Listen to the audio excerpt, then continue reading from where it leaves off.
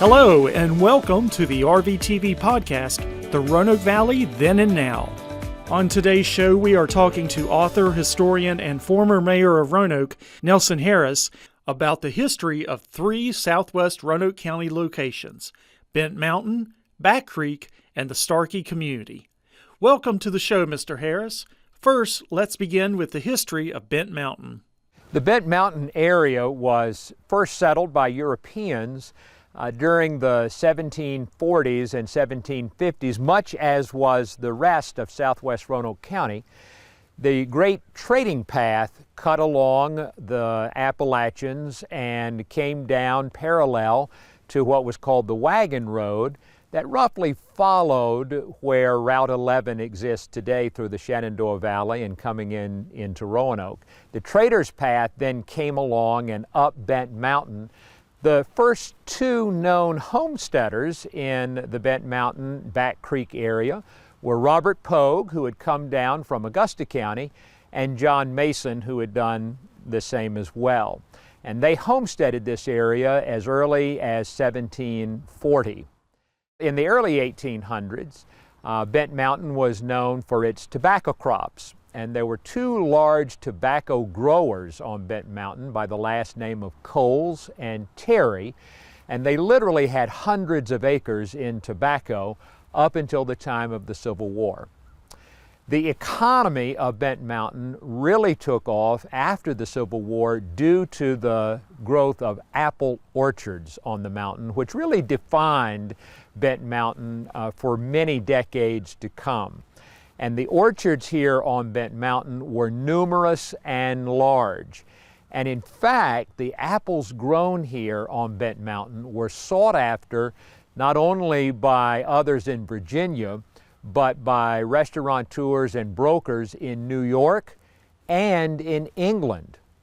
And so literally thousands of bushels of apples would be harvested every year and shipped up to New York and other places in New England and then overseas. The fruit growers, the orchardists of Bent Mountain, caused two major things to happen as a result of their industry. One didn't happen, one did. And the first that was proposed but never actually came into being was a proposed railroad that was to go from Roanoke up Bent Mountain and all the way to Floyd and then south into Mount Airy, North Carolina. And it was to be an electrified railroad. And so there was a big push to create that in order to open the markets for the orchardists here on Bent Mountain. Ultimately, it did not pan out because the Norfolk and Western Railway created a depot and a line that went through Starkey, and so the orchardists were able to ship their apples going to that depot. But it is important to note that the orchardists needed that transportation because prior to the railroad, in order to get their apples shipped, it was sometimes a 2 or 3 day wagon ride from Bent Mountain and from the surrounding area here to Roanoke. And so one can only imagine their need for better transportation. The other thing that the orchardists created was the telephone service here on Bent Mountain. And so there was the Fruit Growers Telephone Exchange that came about in the 1920s, again organized and funded by the orchardists here on the mountain. And so the orchards remained an integral part of the economy and the life here on Bent Mountain right up until the beginning of World War II. And after World War II, many of the orchards were sold and the orchards ceased to function and exist, certainly in the capacity that they had for the first half of the 20th century.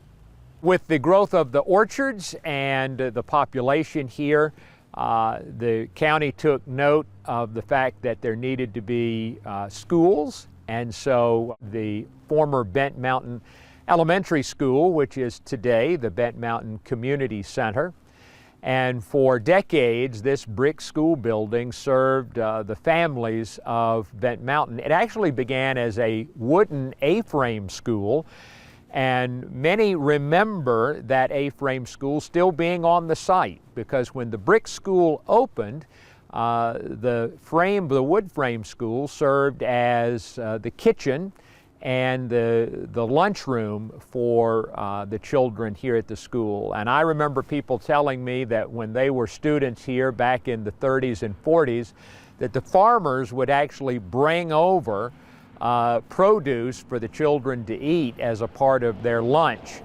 here at Bent Mountain Elementary School. The wood frame schoolhouse was raised around the 1960s, and the brick schoolhouse was expanded, and that ultimately closed due to dwindling enrollment, and the children went to what is now Back Creek Elementary School. But the schoolhouse still remains a vibrant part of the Bent Mountain community as hosting the library and, again, the community center. Okay, let's move on to our next area of interest. Let's talk about the history of Back Creek. Let me tell you about the history of Back Creek, and a good place to begin is with the grist mill that was established by Elijah Pogue in the 1840s that was situated along Back Creek. And he operated it until his death in 1900. It became a center for a community that ultimately became known as Pogue's Mill. And close by the mill was the Pogue store, where the orchardists and farmers would bring their produce to sell and to be picked up and carried to other places. Elijah Pogue not only was a miller and a storekeeper, but he was also a cabinet maker. And much of his furniture still remains in the homes here in the Back Creek section of Roanoke County. And in fact, because he was a cabinet maker, he also made coffins, which made him the local undertaker for this section of the county during his lifetime. And it's estimated that he oversaw the burials of some 2,000 people here in southwest Roanoke County. In the Pogue's Mill section was also the country store of Luther Bell, which housed the telephone exchange as well as the post office. As the community grew here in the Back Creek Pogue's Mill section of Roanoke County, the county built what became known as Back Creek High School. And that school served the county well into the 1930s, at which time it became a doctor's clinic, and Dr. Turner would often hold residence here at that clinic. The Back Creek High School closed, and ultimately students went to Andrew Lewis High School over in Salem. But replacing the wood frame schoolhouses, of which there were many in this section, became Back Creek Elementary School, a brick schoolhouse that's still in operation along Route 221 today. The state highway, Route 221, came into existence in the 1930s when the citizens of this section of the county petitioned local and state officials for a better road system. The highway was actually constructed using convict labor, and many of the older residents of this section of town remember that highway being created and the convicts that created it and the convict camps that were set up out here to house the laborers during that particular period of time. The Back Creek section, much like the Bent Mountain section, was populated by a number of large apple orchards that were here in the area and that continued to operate well into the era of World War II. In the 1950s and 60s, the orchards gave way to subdivisions and residential development that are now a part of the landscape here in the Back Creek section. The Pogue Farm existed along Route 221 for decades, farmed by the Pogue family, and in fact it was the last operating dairy farm in Roanoke County when it ceased operations in the 1960s and early 1970s. One of the key developments that contributed to the growth of the Back Creek section was when electricity came to this section of Roanoke County in the 1930s as the result of a federal rural electrification program that came out of the Depression era.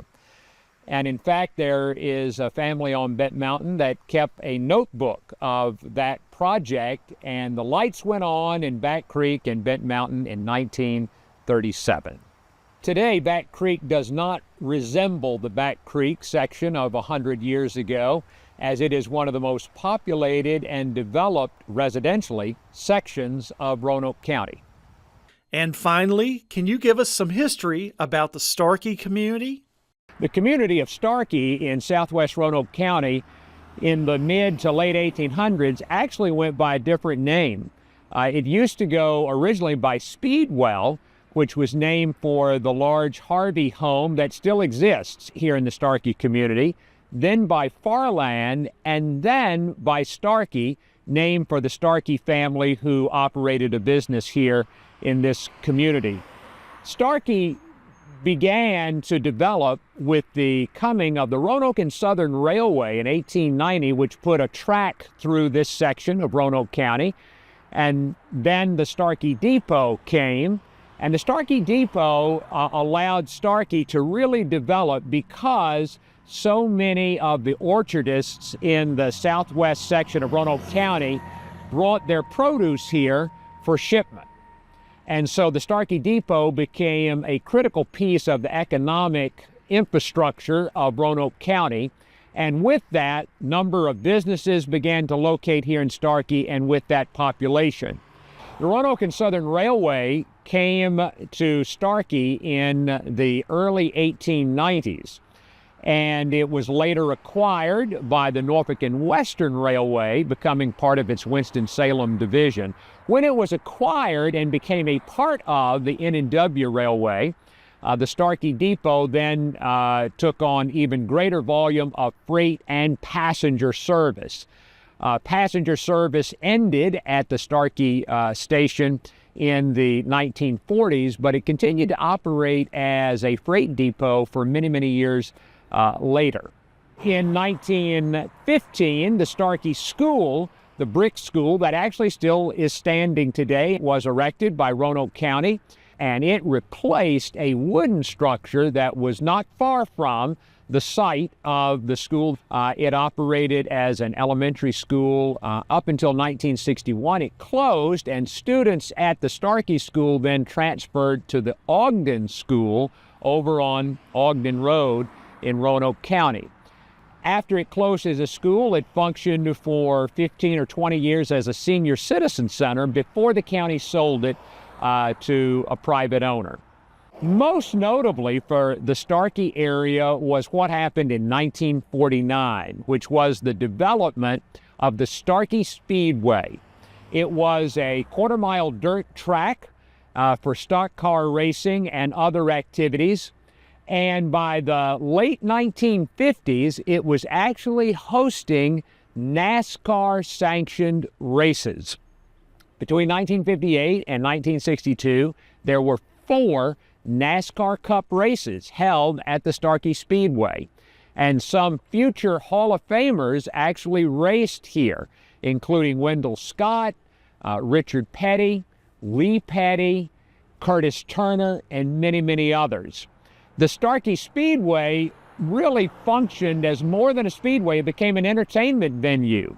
And so in the infield of the speedway were circuses and auto daredevil shows. The speedway also hosted horse racing in the 1950s, as well as many other activities. And so for many older Roanokers who grew up in Roanoke, they well remember the Starkey Speedway and the races and other activities that occurred here in this area. In addition to the Starkey Speedway, there was also the Roanoke Drag Strip. The Roanoke Drag Strip opened in the 1950s. It was exactly what the name implied. It was a drag strip for drag racing, and also the Roanoke Soapbox Derby, which was an annual event, was held at the drag strip as well. The Starkey Speedway closed in 1971 for commercial development and so is no longer in existence, but the memory bank that it created is one that is long and deep. Starkey today is home to Penn Forest Elementary School as well as the fairly new South Roanoke County Library. And so Starkey still maintains its vibrant core with schools and churches and now one of the more prominent libraries in Roanoke County. But Starkey has been in existence as a community for over 150 years in Roanoke County. Well, thank you again, Nelson Harris, for being on the show and giving us some more of your historical knowledge about Bent Mountain, Back Creek, and the Starkey community of southwest Roanoke County. And thank you for listening to the RVTV podcast, The Roanoke Valley, Then and Now. If you like this episode, be sure to subscribe to our YouTube channel and follow us on Facebook and Instagram. And we'll see you next time.